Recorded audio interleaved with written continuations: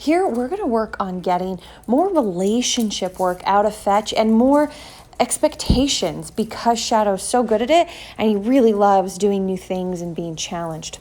So the first thing that I wanted to bring up here is, you see me moving around.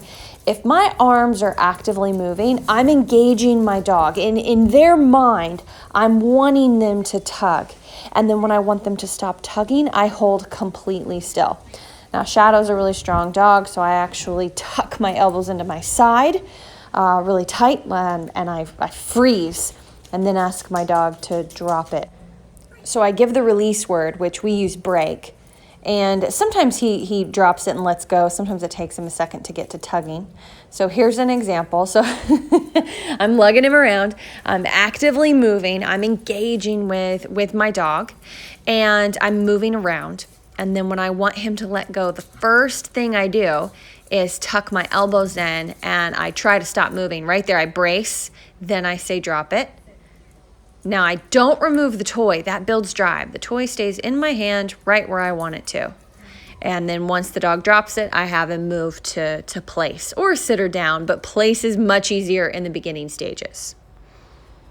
Now, he's e-collar trained, so I have my e-collar in hand, and I just move around. I want to throw the toy in the air. I want to drop it on the ground, kick it around, and make sure that my place is proofed, that he does not get out of that dog bed unless I've given him permission. If he gets up, for him, I'll tap no, like at a 15, and then reset him in place.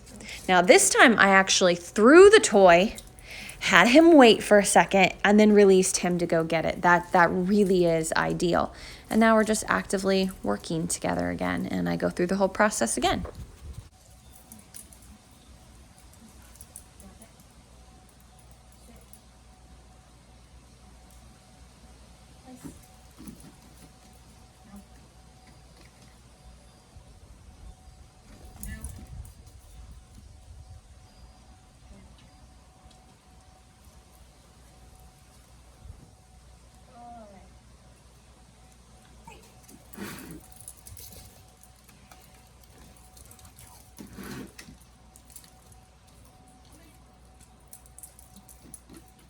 Now, not everyone can play tug of war like that. I have to be really careful because of my neck and back, to be honest.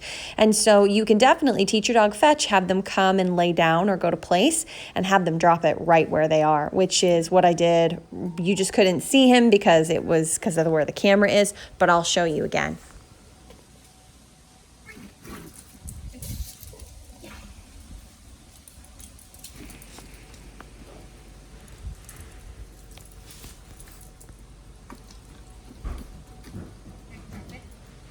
So right here, I ask for a drop it, and he doesn't, because he's not as used to me doing that. And so he did let it go, but notice when I went for the toy, he went for it too, just playfully. That's still not okay. So I did tap e-collar, but did you notice how my body language froze? I'm going to show that again.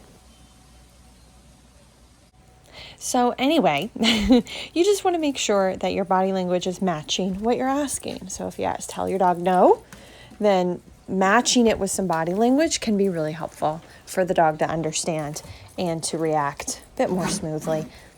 If you're going for a toy and your dog thinks you're going for it, if you want to calm them down, just freeze, address the situation, and then move on.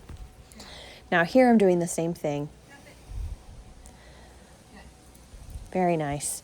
This isn't, I don't think he sees this as much as a tug toy, so he doesn't really come back at it the way that he did the other toy. But you always want to watch that. You don't want kids reaching for toys, and even playfully, your dog jumping down to get it too. So once it's out of the dog's mouth, it's not theirs anymore.